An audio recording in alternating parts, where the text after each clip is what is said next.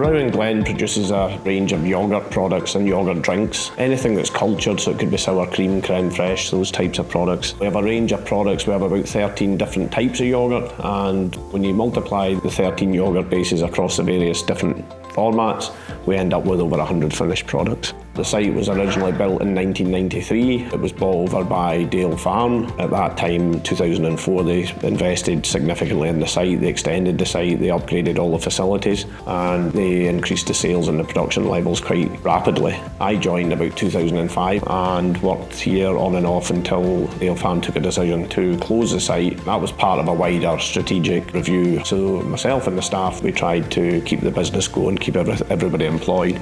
But the next best thing was to buy the factory and to start a new business. So that happened in November 2022.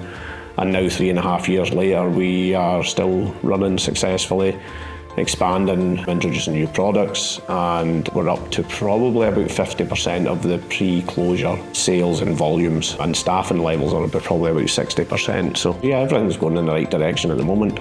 Makerspace is essentially a free product development service. So that helps us support confectionery businesses and bakeries and stuff like that. So anyone that's a food and drink business throughout Dumfries and Galloway, Ayrshire and Cumbria, I'll try and support them if I can. I reached out to Rowan Glen and said I'd be delighted to offer any sort of support. So I came here, and being a massive staple of Dumfries and Galloway dairy industry, I thought it was a no-brainer to try and support Rowan Glen. Being introduced to Mark from Makerspace has really helped us. Up until that point, if we wanted to do a small-scale trial, we were really going to a supplier and saying, can you do a trial for us? However, maybe we don't necessarily want to use those ingredients or that supplier. So it's allowed us to do independent small-scale trials. For Rowan Glen to run their own trials in their equipment, they would have to shut down that line for production, so they'd lose that production for the day, and I think they'd have to use a minimum of 2,000 to 3,000 litres of milk, which is, if you can appreciate, if a trial's not successful, that's a good bit of profit out of the bottom line of the business. So we brought the equipment here and we trialled some yoghurt that had vitamins added to it. I think in particular it was about vitamin C, and would the vitamin C make it through to the final product once it's been processed. So I think that was the main one, and we helped with a bit of a new yoghurt drink for the business as well. During the product development, Mark was involved in doing a bit of staff training. How do we use this equipment? But also on top of the sort of trials and then the new product development work, Mark's got involved in the factory operations. He's been reviewing some of the processes and procedures and just helping us bring things up to date.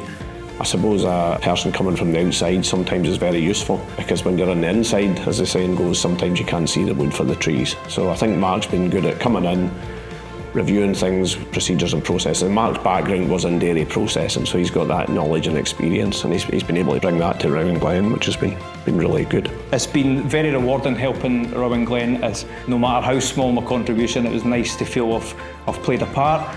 So those small-scale trials quite quickly steered us in the right direction on what we could and couldn't do, and it just avoided a lot of unnecessary time and cost in the factory, so it's really quite useful. You've always got to be looking forward, because the minute you stand still, you go backwards, and we will not stand still, we'll keep moving forwards.